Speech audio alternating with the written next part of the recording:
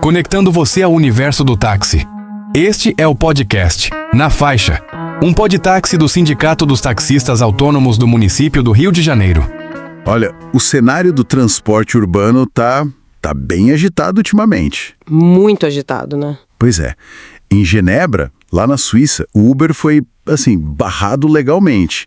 E na França, a gente vê taxistas e agricultores juntos, bloqueando estrada, aeroporto. Uma união inusitada, mas que mostra a pressão. Exato. E a gente reuniu aqui notícias, sabe? Mensagens de motoristas, coisas de sindicatos pela Europa. E a ideia hoje é fazer uma análise mais a fundo. Entender essa pressão dos aplicativos no táxi tradicional e, bom, o que vem por aí com os robotáxis também. É um momento bem definidor, eu diria. Porque por trás dessas notícias de bloqueio, de briga legal, tem toda uma rede, né? Fatores econômicos, tecnologia avançando, até geopolítica entrando na jogada.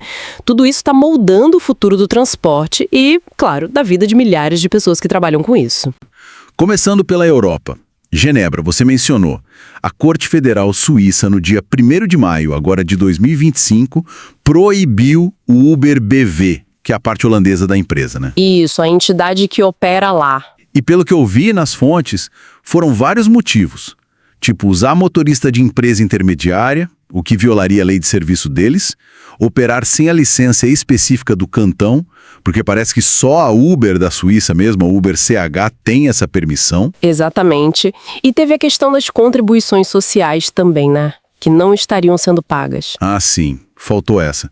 E a decisão foi pra já, né? Efeito imediato. Foi bem forte. Mas olha que interessante, a situação varia muito na Europa. Se você pegar a Eslovênia, por exemplo, o Uber começou lá há pouco tempo. Teve até anúncio da Embaixada dos Estados Unidos, olha só. Sério? Sim.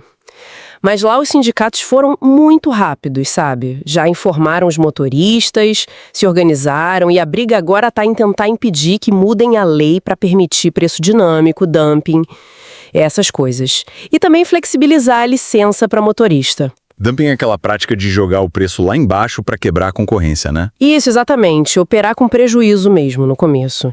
Bem diferente da Itália, onde, algumas fontes dizem que os sindicatos demoraram mais para alertar o pessoal. E aí, a maior cooperativa de táxi de Roma acabou. Pasme, fazendo um acordo com o Uber. Um acordo comercial. Nossa, que contraste com a Eslovênia. Pois é. E essa tensão toda, na França ela está explodindo nas ruas, né? Taxistas fechando acesso de aeroporto em Paris, Orly, Charles de Gaulle, junto com os agricultores. Uma aliança pela pressão. E as reclamações são várias. Desde regras novas para transportar paciente, que dizem que apertam a margem de lucro deles, até a concorrência dos apps que, segundo eles, não pagam imposto lá direito. E eles apontam muito o dedo pro governo Macron, né? Dizem que ele favorece as plataformas. Sim, tem essa percepção forte. As mensagens que a gente viu dos motoristas mostram bem isso. Uma mistura de revolta, mas também de preocupação, sabe? Medo do taxímetro sumir, de virar quase um empregado do aplicativo. Sem direito, medo de falir mesmo. E essa leitura que os taxistas fazem das táticas das plataformas é algo que aparece muito. A gente vê mensagens de motoristas na Espanha, na Romênia, acusando o Uber e outros apps de usar, qualquer meio, legal ou ilegal. Nossa! Para cooptar motorista e para praticar preço predatório mesmo para prejudicar o táxi. E daí surge um chamado forte para a união, sabe? Propostas para criar federações regionais, tipo uma da Europa, outra da América do Sul, para ter mais força na negociação, para exigir regra justa. Tipo, exigir que as plataformas contratem os motoristas de verdade. Faz sentido buscar essa união. E falando nessas táticas, nessa pressão toda, a gente inevitavelmente chega no próximo passo que talvez seja ainda mais disruptivo. Os robotáxis. Ah, sim. O futuro batendo na porta. E já nem é tão futuro assim, né? A Tesla tá lá testando em Austin. A Waymo, do Google, já passou de 10 milhões de viagens autônomas em Los Angeles, Phoenix. E a China vem com uma força impressionante.